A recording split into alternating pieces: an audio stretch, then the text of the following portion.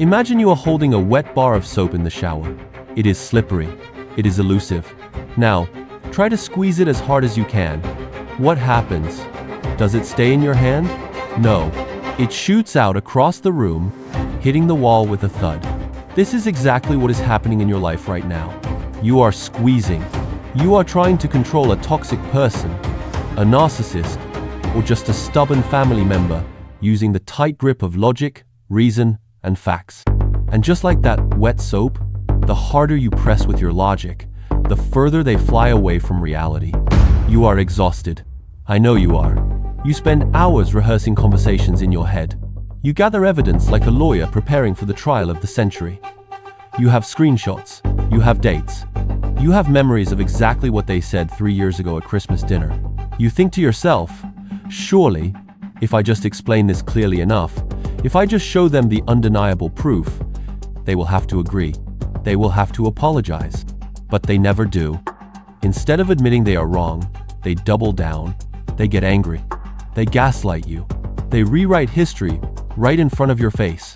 And you are left standing there, confused, drained, and wondering if maybe you are the crazy one. I am here to tell you that you are not crazy, but you are doing it wrong. You are falling into the single biggest trap that intelligent people fall into when dealing with toxic personalities. You are operating under the false assumption that human beings are rational data processors. We are not. Especially when our ego is threatened.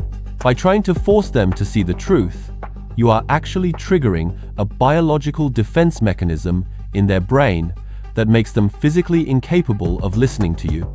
It is not stubbornness. It is neuroscience. In the next few minutes, I am going to hand you a different tool. We are going to put down the hammer of logic and pick up the scalpel of psychology. I am going to explain a concept called Reactance Theory. This is the hidden force that governs every power struggle you have ever lost. More importantly, I am going to teach you the controversial, often misunderstood, but incredibly effective art of reverse psychology. Not the childish tricks you see in cartoons, but the strategic application of autonomy to disarm a toxic mind. I am going to show you how to stop squeezing the soap. I will show you how to open your hand so that for the first time in forever, they have nowhere to run. If you are tired of fighting battles you can never win, you need to listen to every word of this. Because the secret to getting what you want from a difficult person is usually the exact opposite of what you are doing right now. Let's begin. Let me ask you something. Have you ever walked past a bench with a sign that says, "Do not touch wet paint"? What is the very first thing your brain wants to do? Be honest. You want to touch it. You feel a sudden, irrational urge to reach out and tap that wet surface just to see if it is true. Just to see if the sign is bossing you around. This is not because you love wet paint. It is not because you want messy hands.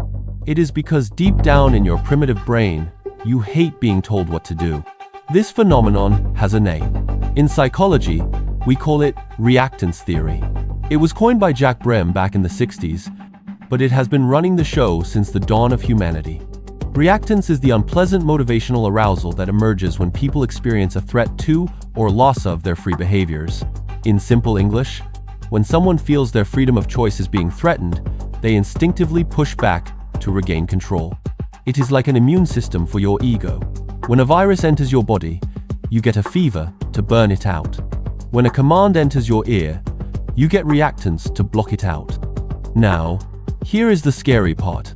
Toxic people, narcissists, and highly conflict-oriented individuals have a reactance trigger that is on a hair trigger setting. It is hypersensitive. While a healthy person might take constructive criticism and say thank you, a toxic person perceives even the gentlest suggestion as a declaration of war against their autonomy. When you say, "Please lower your voice," their brain hears, "I am controlling you." So what do? They scream louder, not because they want to scream, but because they need to prove to themselves and to you that you cannot control their volume.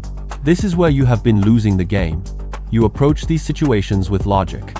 You think, if I explain to my partner that spending all our savings is bad for our future, they will stop. That is logical. That makes sense.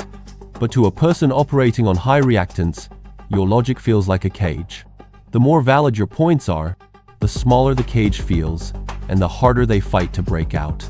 They will argue against gravity if it means maintaining their sense of superiority and control. You are bringing a calculator to a knife fight. But wait, it gets deeper. There is a specific dynamic here that keeps you trapped. It is called the polarity response. Think of a magnet. If you push the positive end toward another positive end, what happens? It repels. The harder you push, the stronger the invisible force pushing back becomes. When you push for intimacy with an avoidant person, they pull away. When you push for accountability with a narcissist, they deflect. You are actually co-creating the resistance you hate. You are feeding the beast you are trying to starve. I used to do this too. I remember trying to get a friend to leave a bad relationship. I listed all the reasons why her partner was terrible. I brought receipts. I brought witnesses. And do you know what happened? She defended him. She actually moved closer to him. Why? Because by attacking him, I forced her to defend her choice to be with him. My pressure created a vacuum that she had to fill with loyalty. I was accidentally cementing the very bond I wanted to break. So, how do we flip this? How do we turn this psychological mechanism from an enemy into an ally? This is where reverse psychology comes in. But please, forget the cartoon version of this. I am not talking about telling a child to eat their broccoli by saying, "Do not eat this broccoli, it is poison." That is amateur hour. Adults see right through that.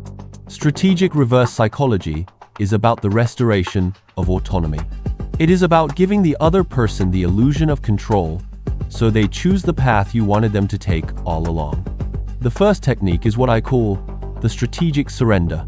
This is terrifying to do, but it works like magic. When you are in a heated argument with a toxic person and they are digging their heels in, you stop pushing. You completely drop the rope. You say something like, "You know what? You are right. You should do whatever you think is best. I cannot make this decision for you." Watch what happens. The moment you say, "I cannot make this decision for you," you remove the threat to their freedom. The resistance vanishes because there is nothing to push against. Suddenly, they are left standing there with their own bad idea. And because you are not fighting it, they no longer have to defend it. Often, the wind goes out of their sails immediately. They might stop and actually think about what they are doing for the first time, because the energy they were using to fight you is now available for critical thinking. Let me give you a concrete example. Let's say you are dealing with a contrarian coworker or a boss who shoots down every idea you have. If you say, "We really need to use this new software, it will save us time," they will say, "No, it is too expensive and complicated." Reactance. Instead, try the reverse approach. You say, "I was looking at this new software, but honestly, I don't know if the team is ready for such a big upgrade. It might be too advanced for our current workflow. What do you think?" Do you see what I did there? I took the position of doubt. I challenged their competence slightly by suggesting it might be too advanced. A toxic person with a high need for control and superiority will likely jump in and say, "What do you mean too advanced? We can handle it. I think we should try it." They are now arguing for the very thing you wanted, simply because you framed it as something they might not be capable of, or something you were hesitant about. You made the idea theirs. This leads us to the second technique, the illusion of choice. Never give a toxic person a command. Never say, "Take out the trash." Instead, give them two options that both lead to your desired outcome. Say, "Do you want to take out the trash now so we can relax later? Or would you rather do it in the morning before work?" You are not asking if they want to do it. You are asking when. You are framing the interaction around their choice of time, not their choice of responsibility. Their brain focuses on the decision, morning or now, and bypasses the resistance to the task itself. They feel they have won because they picked the time. You won because the trash is gone. But here is the warning label. You must be detached from the outcome. You cannot fake this. If you use these words but your tone is aggressive, pleading, or desperate, they will smell it. Human beings are lie detectors. If your non-verbal communication says, "I am trying to trick you," the reactance will kick in double time. You have to genuinely reach a place of indifference. You have to be willing to let them fail. You have to be willing to let them make the mistake. This is the hardest part for people with high empathy. You want to save them? You want to fix it. But you cannot save someone who is drowning if they are fighting your rescue. Sometimes, the most loving thing you can do is step back and let gravity take over. When you stop trying to control a controlling person, you disrupt their entire pattern. They rely on your reaction to fuel their drama. Without your push, they fall flat. I want you to think about a specific person in your life right now. The one who drains you. The one who makes you feel like you are walking on eggshells. Think about the last argument you had. Did you try to use logic? Did you try to appeal to their better nature? Did it work? Or did it just exhaust you? There is a concept in physics called Newton's third law. For every action, there is an equal and opposite reaction. In toxic relationships, this is the law of the land. But what if you stop the action? What if you stop the force? There is one more layer to this, a darker layer that very few people talk about.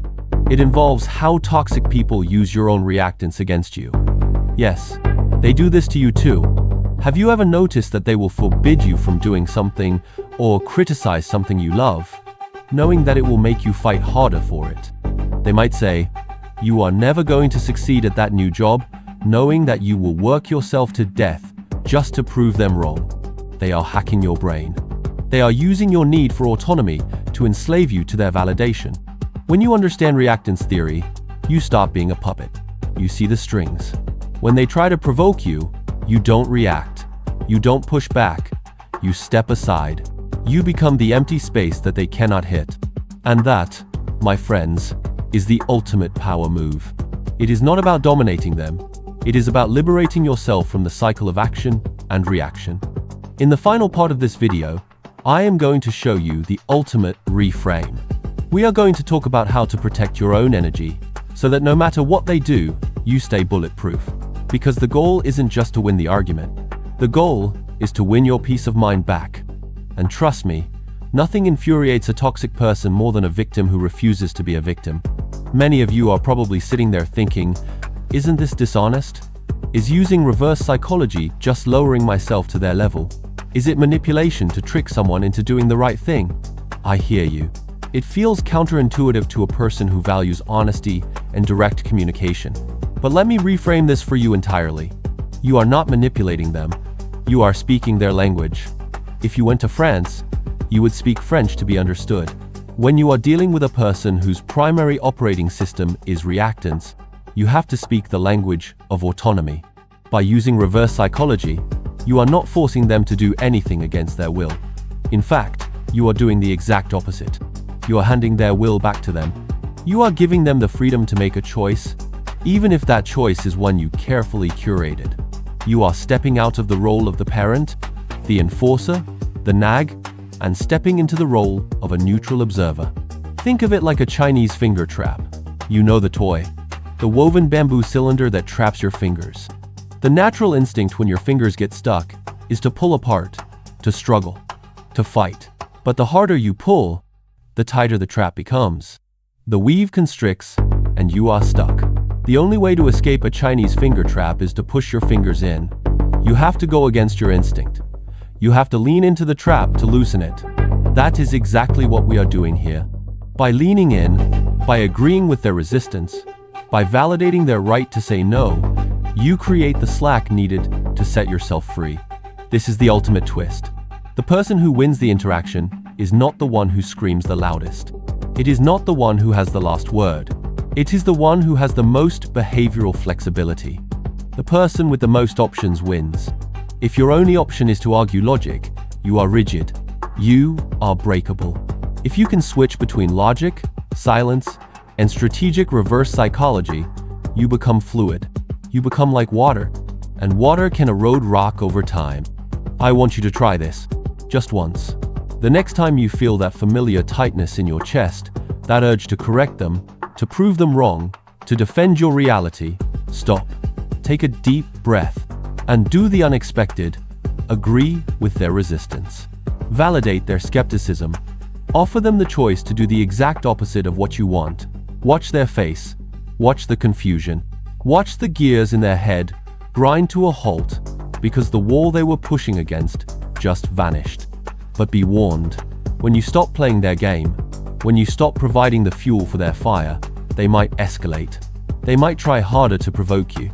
This is called an extinction burst. It is the last-ditch effort of a dying pattern to survive.